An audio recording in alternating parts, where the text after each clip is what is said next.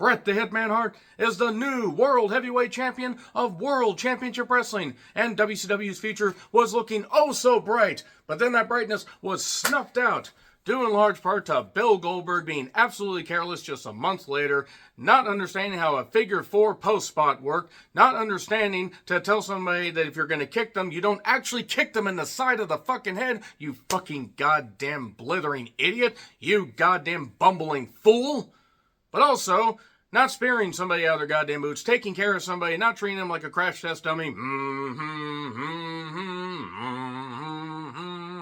Once there was this guy who would spear jackhammer and treat people like fools, and when he had to be tested, they saw he couldn't fucking wrestle a lick. And then he injured the greatest of all time in Bret Hart. Yeah, you know who actually wouldn't do that? Really anybody else. Any opponent that actually cared about the safety of their opponent, whether they liked them personally or not, they would take care of them. They would say, you are not going to have a scratch on you. There's going to be bumps. There's going to be bruises. There's going to be the usual bang, blues, and agony and all that. But you will be fine. You know who didn't take care of their opponents mostly? Bill Goldberg. I'm John Renton with the Retro Review of WCW Mayhem 1999. If you're a Bill Goldberg fan, you're probably not going to like that. I do want to say, by the way, I still respect what Bill Goldberg did bring to professional wrestling, because he was over for quite a while. He had the streak until they manufactured the goddamn thing, and, fudge with the numbers and all that, and he actually was very over the Georgia Dome Nitro. Him being world champion, like they could have actually done even bigger things with him. He couldn't work a lick, but he had the intensity, the uncoachable intensity, and it worked. And then he just would, be exposed as not really being able to wrestle, and then the crowd would chant, Goldberg sucks, like at this particular goddamn show, and me, oh my, down on the bayou, Bret Hart, just a month after this, he'd be injured and the concussion would lead to the end of his career. Yeah. So this was in the Air Canada Centre, that's actually now the Scotiabank Arena, in Toronto, Ontario, Canada. This took place on November 21st, 1999. The capacity is around 20,000. If you jam them all in tight, they had almost 14,000 people there, and I will say that at times, this crowd was pretty goddamn good.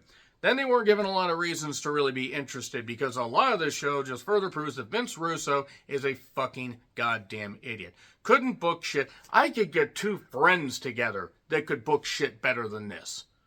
Because it's not a television program, bro. It's a wrestling show. And you didn't understand wrestling, you didn't love wrestling, but wrestling damaged him so much, and he's been trying to get a job in wrestling ever since. So it's the Night of Champions. A 32-man tournament is down to 4, and then it'd be down to 2, then it'd be down to 1. Because tonight is the night where 2 become 1, as our Lord and Savior, the Spice Girls, once said. They could lord over me, every single one of them, and I'd be fine. That being said, let's talk about the fact this is the second pay-per-view of the Vince Russo era, after I talk about these, these fucking, pay-per-view numbers and everything, and just the cards, or not the cards in general. I'm going to talk about some facts and figures, because why not? So, the following Mayhem, by the way, replaced World War III. That was kind of a bit of a dive, a little bit confusing. The 3-ring 60-man battle royal shined a light on the fact, oh yeah, these people work here? They had Pez Whatley on a goddamn pay-per-view. And I love Pez Whatley, but he was employed by WCW in the 90s? Yeah, I know, I'm shocked. Mayhem 2000, by the way, was in Milwaukee, had 3,800 fans and 55,000 pay-per-view buys. For comparison's sake, this had 200,000 pay-per-view buys. This was also the last WCW pay-per-view that would hit 2,000 or 200,000. No other pay-per-view would even hit 150,000 according to WrestleNomics. But let's take a look at the 1999 pay-per-view lineup. Just the town, the fans, and the buy rates. You had Sold Out 99 in Charleston, West Virginia, and they had about almost 11,000 fans, 330,000 pay-per-view buys. Now, that was down from about the 460,000 for Starrcade, but still pretty goddamn good. And that was a main event, I believe, by Hall and Goldberg in a ladder match. Yeah. Super Brawl 9 had the biggest buy rate of anything in 99. It was bigger than Starrcade.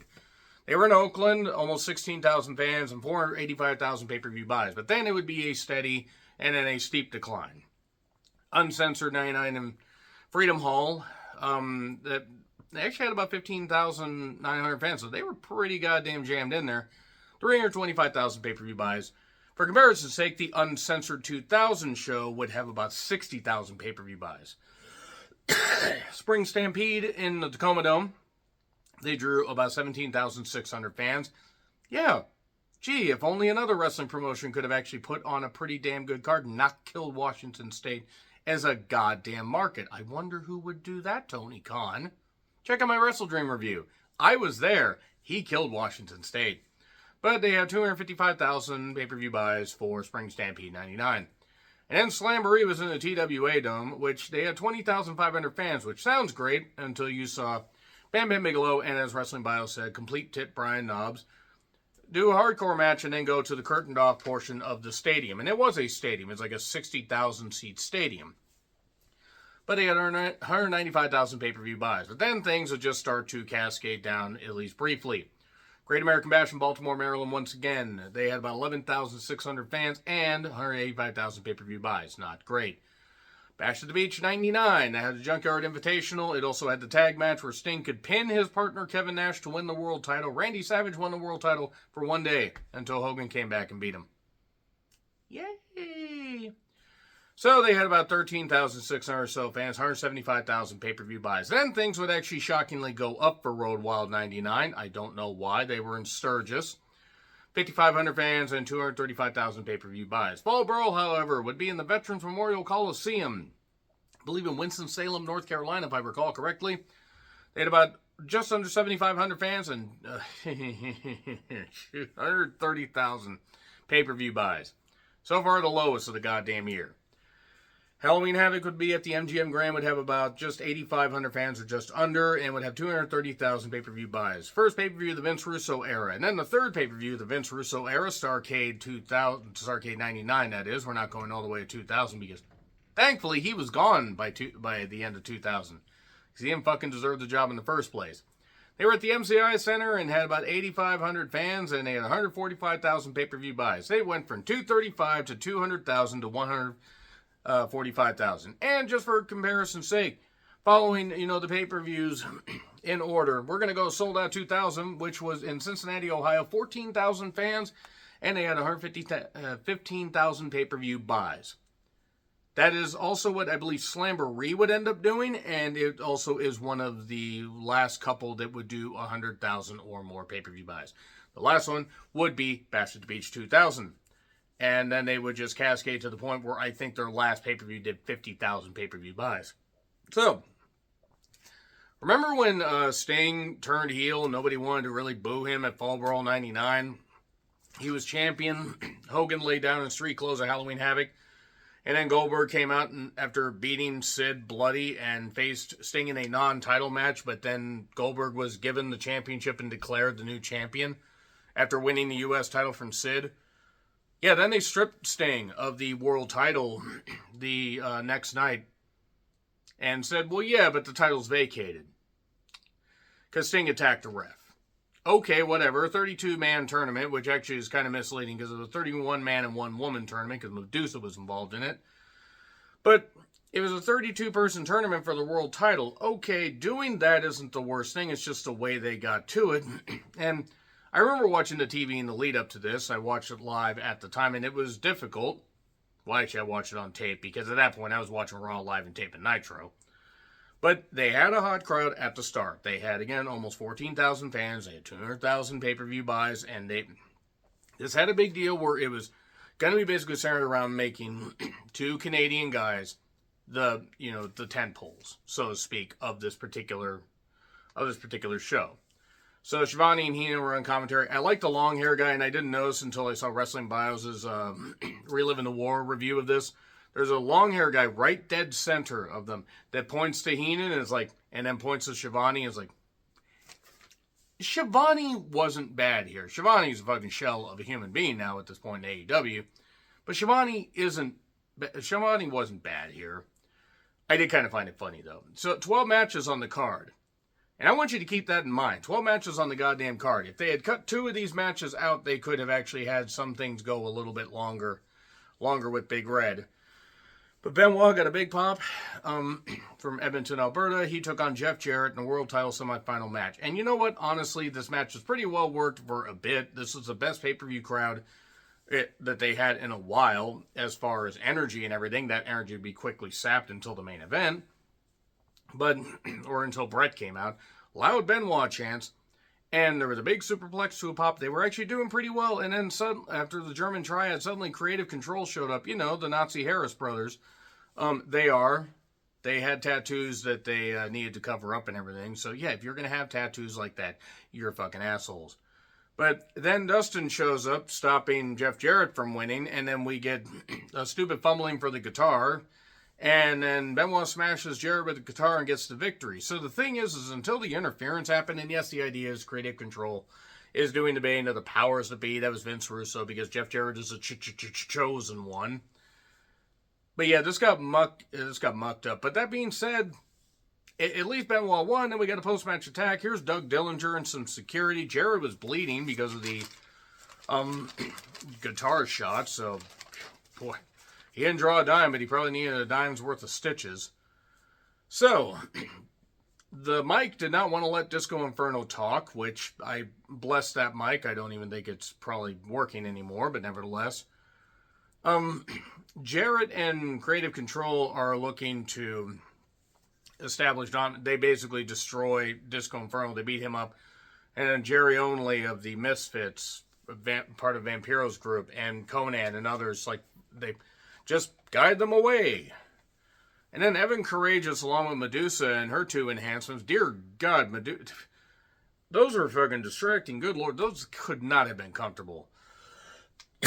Disco Inferno was defending the Cruiserweight title and also putting $25,000 on the line. Or if he won, he would get $25,000 because he owed a guy named Tony Marinara some money. Because we have to do bad Italian stereotypes because we're Vince Russo. And, yeah, he joins commentary. This is right when we go to Russo-rific bullshit. Because Jarrett and Benoit was overbooked, but at least the crowd was into it. The crowd was dead for this fucking shit. They were chanting boring. Evan Courageous was fine in a trio, even in a tag team. In a goddamn singles match, he was fucking horrendous. Disco Inferno looked like the better worker of the 2, and Disco sucked. So, you know, the disco fever, yeah, that's all you're getting. That's all you're getting. Because this match doesn't deserve that. Disco ended up hitting Tony Lair with a chair after he's talking to Medusa.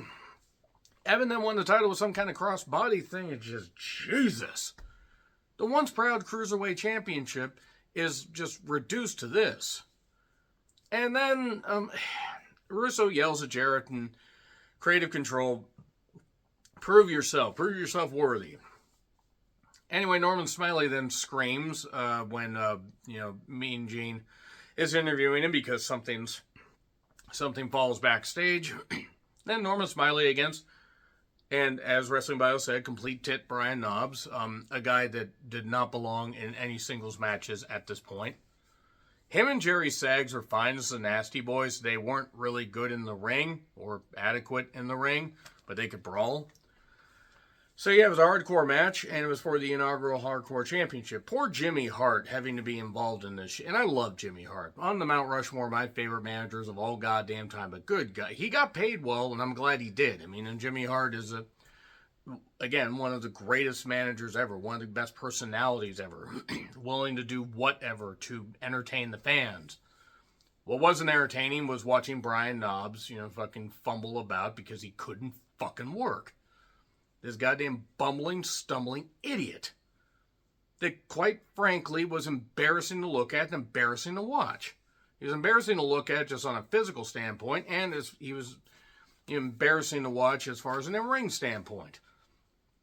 So they go backstage. This is after Norman, by the way, is dressed up in hockey gear, Toronto Maple Leafs and all that. And he gets sent through a table. Jimmy then throws bread and snacks at Norman because they get into the concession stand area, wasting all that food. Give it to the poor.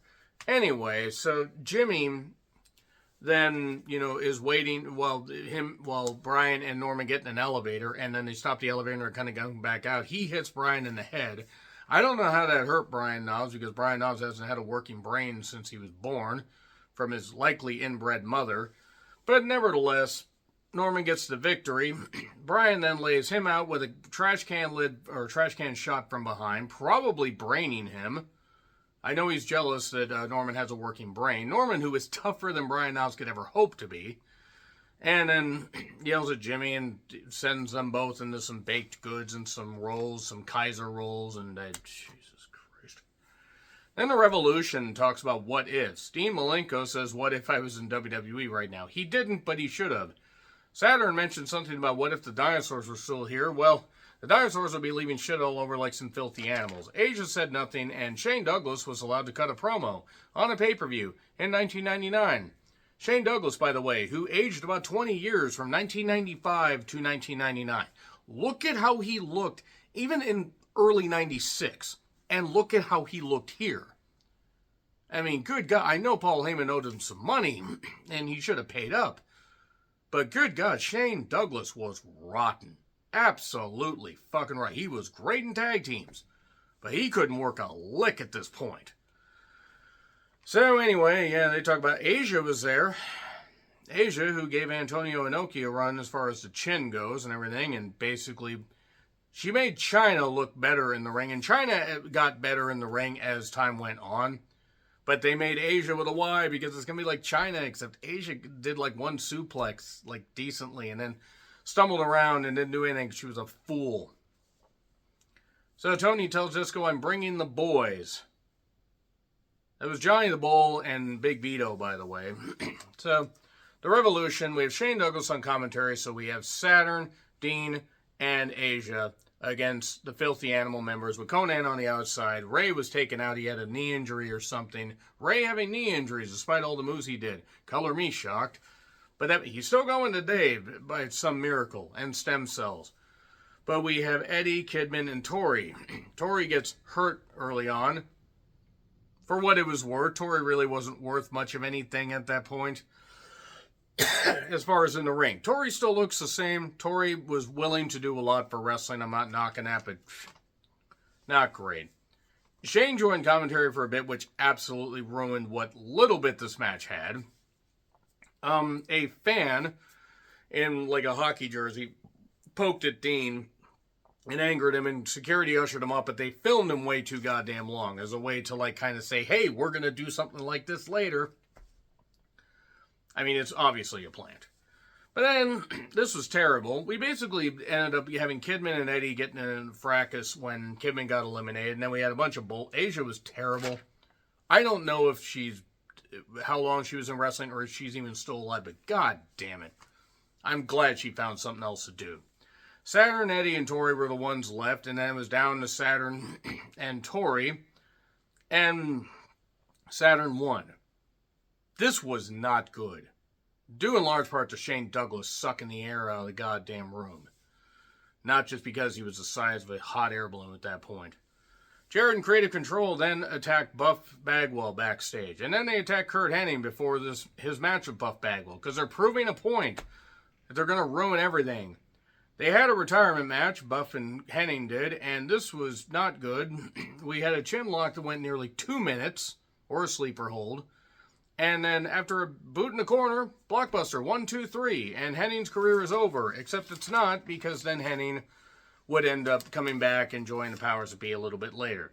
Cut to Sting and Tenay. He's a full face here, except he will work heel a little bit later on. Brett gets a massive pop. Brett, my favorite wrestler of all time, at least got a hero's welcome here. And he took on Sting in the second world title semifinal match. They love Brett. Sting worked as a heel. He would target Brett's leg because Brett had an injured leg.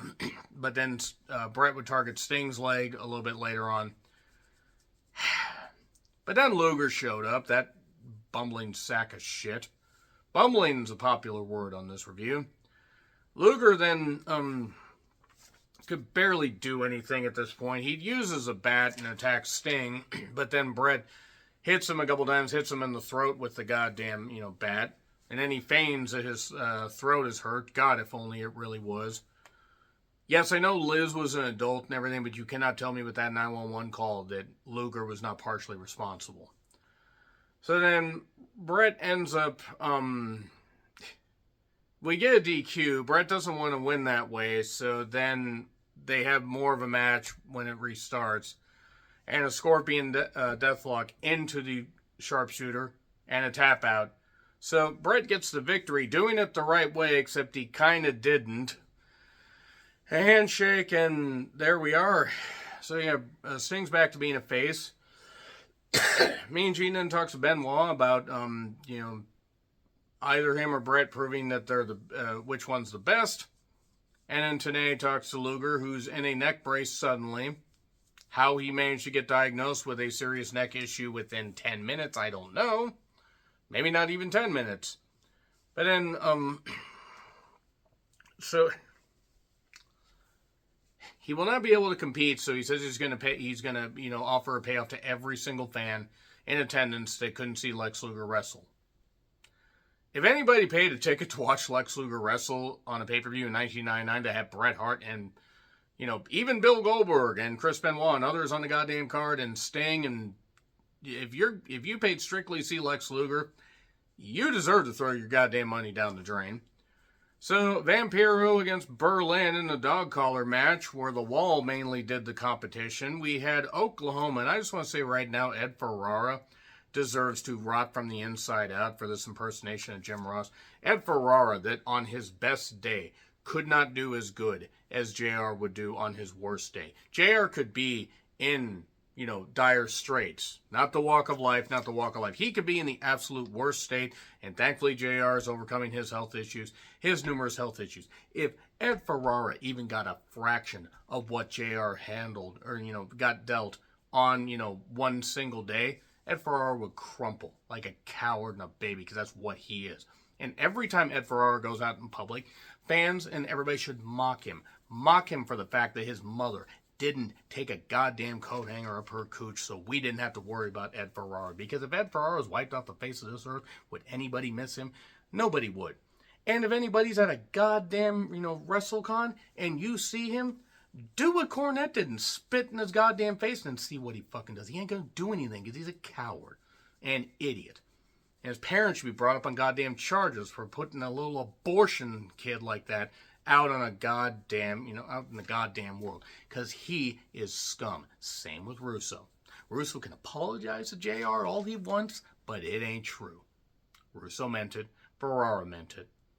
Ferrara wrote Duckman, a cartoon that about 3 fucking people remember. And only because we laughed at it because it was stupid. Just like Ed Ferrara. Poor Dr. Death was there, and this was terrible. Berlin pissed off the Wall, so the Wall left him.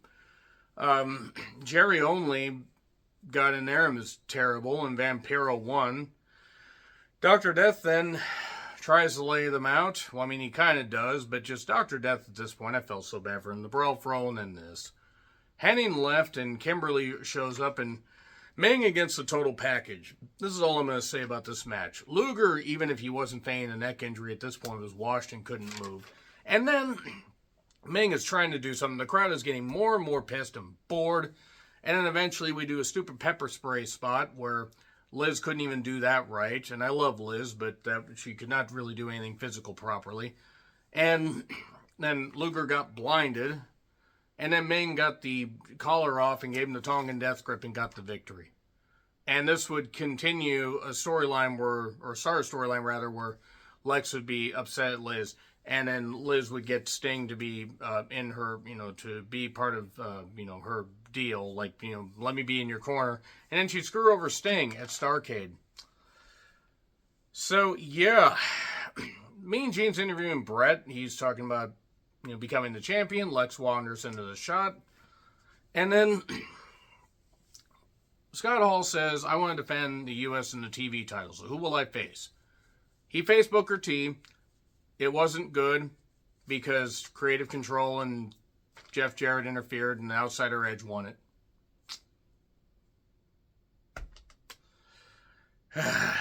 Lights out, it's midnight. I don't know who Midnight is. I genuinely don't know what happened to Midnight. I mean, I'd seen her on TV. Lex is looking for Liz. And all this stuff with Kimberly and David Flair is because Kimberly was trying to humiliate David Flair, wanted him in her hotel room, but then Ric Flair was there. And then Ric Flair would get beat up at Halloween Havoc and then kidnapped by the Filthy Animals after DDP beat him and then buried in the desert. No, really, that's stuff that actually was allowed on television and on pay-per-view. So, then, I'm sorry, but just all this stuff with David Flair is perfect as a psycho character because at least it sort of worked. Because he didn't have to wrestle. He could act like a fool. Because he couldn't work. And he knew he couldn't work. Then, Kimberly came out basically dressed very nicely. Do not misunderstand me. Kimberly Page, whatever her name is now, I don't actually know if it's still Page. Beautiful woman. Still is. David Flair, bumbling idiot. This match ended in a no contest, but I'm going to tell you why. He got low blowed, but then he was wearing a cup, and he had a crowbar. And he wouldn't hit her with the crowbar. And then she used her womanly ways to basically pull his cup out and hit him with it, and then smother him with it. This is stuff that was allowed on a pay-per-view. This is why Vince Russo needs to be chased out of every goddamn town on a goddamn, into the goddamn streets or chasing the ocean. I don't really care at this point. But she ends up it's just so fucking stupid because she is beating him up and everything, but then, David Flair rises back up from the dead seemingly, or just because he doesn't know how to sell shit. I'm going with that. Canyon shows up to try to help. He hits a Russian leg sweep, but then he ends up getting hit with a low blow right as DDP, who's limping down because David Flair took him out on Nitro, and also Canyon was filming Ready to Rumble, and I assume DDP was also. Ready to Rumble is something I might retro-review at some point, maybe for his 25-year anniversary next year, possibly. But then he hits a cutter on him, and then he goes to hit him with the goddamn, crowbar. He hears Arn to stop it. And then David Flair hits him with two of the weakest crowbar shots I have ever goddamn seen because David Flair couldn't do anything physical to save his goddamn life. Jesus Christ. Talk about somebody else. David Flair didn't have much fight in him, did he? Then David hit Arn and just got Arn selling this and like this. Arn would be back soon anyway. They did a stretcher for this, and it took a while. And then a package on Sid and Goldberg. The promo that Sid did before and the entrances were longer than the goddamn match. It was a 9-quick match. Look, admittedly, their Halloween Havoc 99 match was fine as far as the blood and everything and the physicality.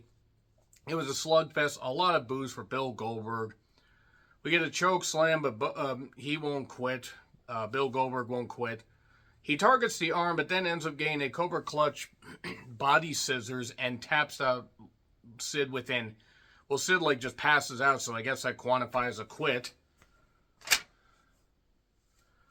And as much as I wanted to love the goddamn main event, this is what I liked. Don't get me wrong.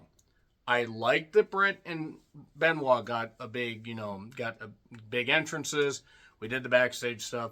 And I like the fact that they were able to go out there and wrestle some. It wasn't as good as their match on Nitro in the tribute to Owen in the same building.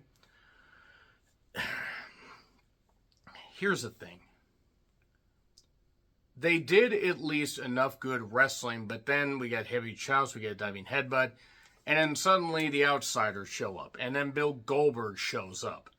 And we get a big old melee, and they fight off. And this is after,